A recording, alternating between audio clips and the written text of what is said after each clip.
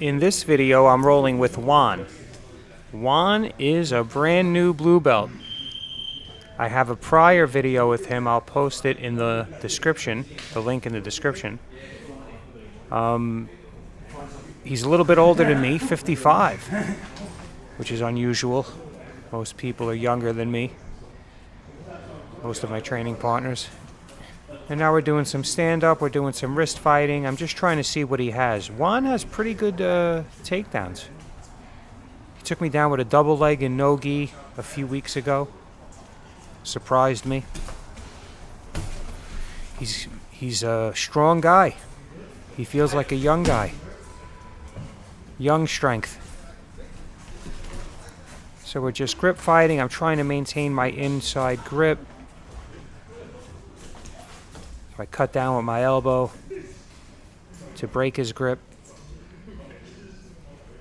Got the inside on the left side, and now we're fighting for the other control. One of my instructors would call this dancing. He thinks a takedown should be initiated immediately. He's like, why are you out there dancing? But I think some dancing is required, especially when takedowns aren't our specialty. Takedowns are also dangerous. I know I'll get a lot of heat for that, but the safest way to play jiu-jitsu, in my opinion, is to pull guard, sweep, get on top. It's the most controlled way. With takedowns, you never know which way your knee is going to fold, how he's going to fall. I've thrown people and then landed on top of them, and their knee fractured my rib. I had to miss 5 weeks of training in 2015. So now he's got double collar. I have inside, he has double collar. It's an interesting grip combo. And here I push into him, and at the perfect time, he does an acid drop. Totally legit takedown. I was able to get my knee back in and go right to what I like to do. Tripod sweep, knee slice, past the guard.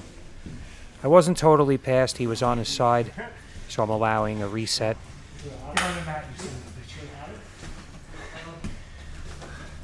So I'm kind of where I was. I'm more right in front of him. But I was able to just quickly pass his guard with a little speed pass that I like to do. I've refined it over the years.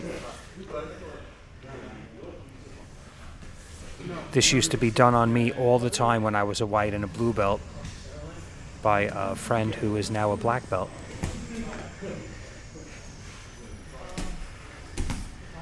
So now I got the knee on belly. I'm preventing him from hipping out by putting my hand on his side. I'm also picking him up by the collar so he can't bridge. I'm really immobilizing him here. His hand on my hip really isn't helping him. So I switched my head to the inside. He spun to defend. Now I'm on his back. Somebody made a joke when they were passing. See your brother here. Told me to take it easy on Juan, something to that effect. But Juan is not somebody to be underestimated or toyed with. So I have his collar right here. I don't have the choke, but it's still very uncomfortable. You can see his face is turning red. Trying not to use a lot of strength. I'm cooking him here a little bit. There I tried to pull him up. I wanted to take his back. Doing a good job of defending.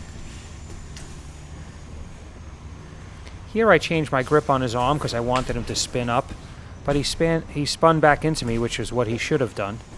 And now I went right to the Kimura. I think I caught him off guard there because he's probably a bit stronger than me. I don't think I would have been able to rip that out. Nice. Now we're resetting.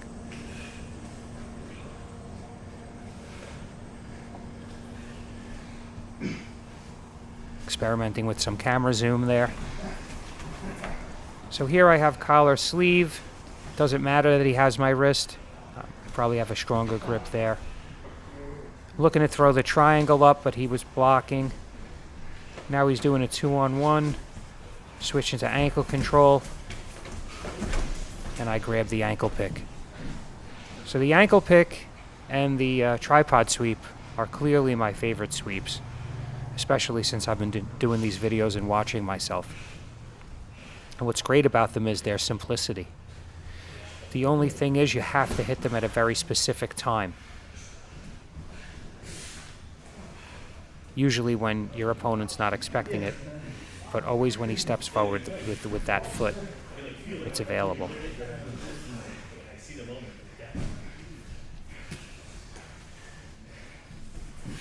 So here I'm trying to incrementally pass his guard.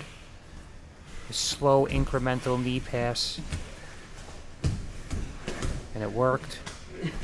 He tapped there because I accidentally wrist locked him. I didn't even realize it was happening. I just passed his guard, and as soon as I put pressure down, he tapped. It turned out his hand was in my collar. If you go really deep on the collar grip, I feel like it's an overcommitment. I mean, unless you have him in full guard. But if he's running all around and you get a really deep collar grip, when he passes your guard, which is what I'm showing him right here, you could break your wrist when he comes down with all his weight. I've had it happen to me as well. So the round just ended, and lately I've been trying to just continue straight through with the round and do 8-minute rounds. I'm letting Juan take a breather here. And we've decided we're going to continue. No, you did a great job. You know, I like rolling with Juan because he's skilled and he uses a lot of strength, and it really sharpens my game. I have to counter it. Right. And I have to counter it by staying loose. Right, I'm just going to die. And trying to flow around him. Because I don't want to match his strength. Even if I was stronger than him, I wouldn't want to advance my jiu-jitsu that way.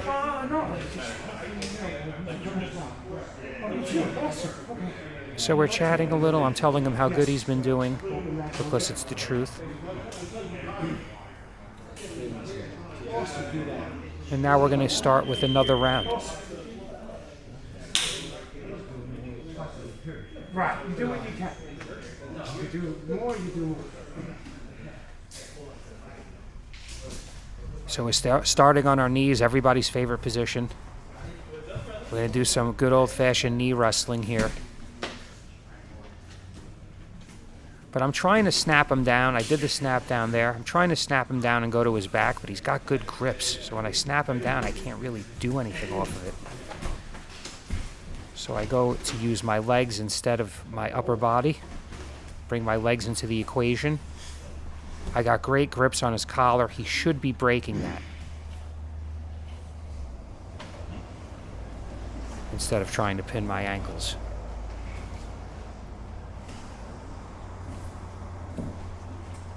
So I got my feet on his hip. I got my collar sleeve. I'm looking to pull him into a guard, but he's pulling away. Now what I should probably do in retrospect is when he pulls away, just come right up. But I was intent on pulling him into my guard. I'm always looking to experiment. Here I'm looking to get his arm across my center line and sweep him, but I'm distracting him with the choke. But I want that left arm across my center line.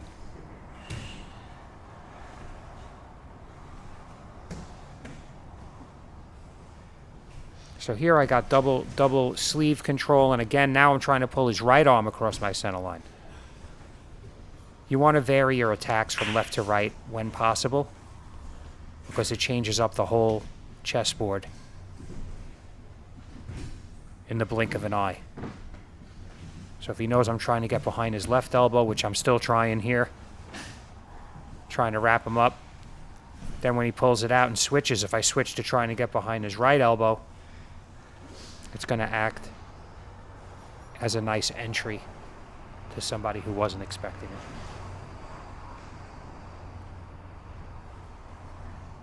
So here I'm waiting for him to make a mistake so I could sweep him. He's got a pretty good base. He's doing hand fighting. That's not really going to help him. He should be fighting my legs. He should be 2-on-1 on my legs. He should have ankle grip, knee, leg drag. Laying into my guard and holding my collar doesn't help him. That's why I'm not even breaking the grip. I still have my sleeve and collar grip. And then if he accidentally puts that left arm too far across, I'll be able to roll him.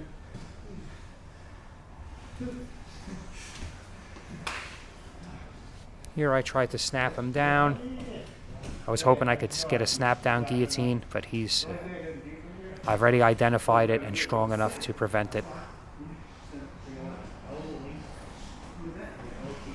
I was looking to see if I could force it. Here again, I'm looking to sweep him, pretending I'm going for the choke. He's looking to pin my leg and jump over. See, again, he should just switch to the leg that is attached to him. My left leg is attached. He should have just put both arms on my left knee, pressed it to the mat, and passed. Again, I'm getting behind his left arm. I'm not far enough behind. I know he could rip it out by the elbow at this point, so I want to cover it with my torso.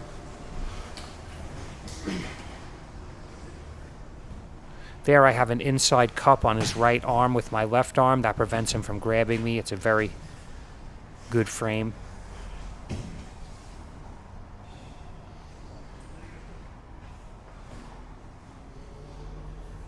Here we're in a bit of a stalemate.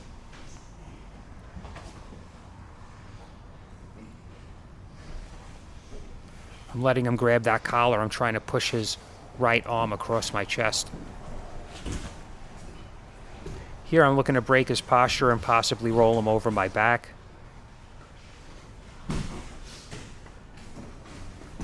I was hoping he would stand to clear my butterfly hooks. Again, he's wrist fighting with my knees between him. I think he'd be better served if he was just to attack one of my legs with both of his arms while hollowing out his hips and passing.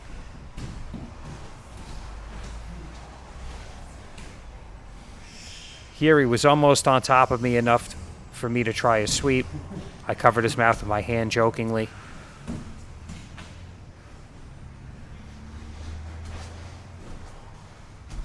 I'm looking for the sweep. I'm putting a little more urgency, but I don't want to use muscle.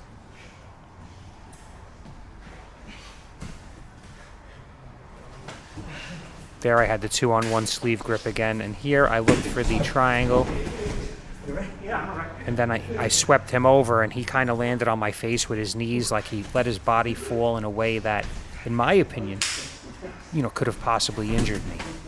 When somebody rolls you over, you should try to fall in a manner that doesn't just, let your knees fall on someone's face or things of that nature. Of course, it wasn't intentional, but we have to be conscientious about our sparring partner.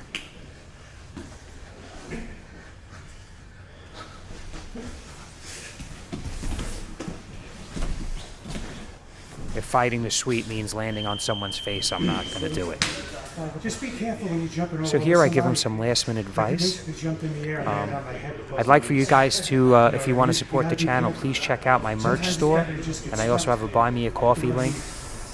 I'd like to really do this full-time and start creating more content more consistently. Thank you for watching. Please like, and if you haven't already, subscribe. And congrats to Juan for his first role as a blue belt. Here we're asking each other if we're bleeding, we see blood.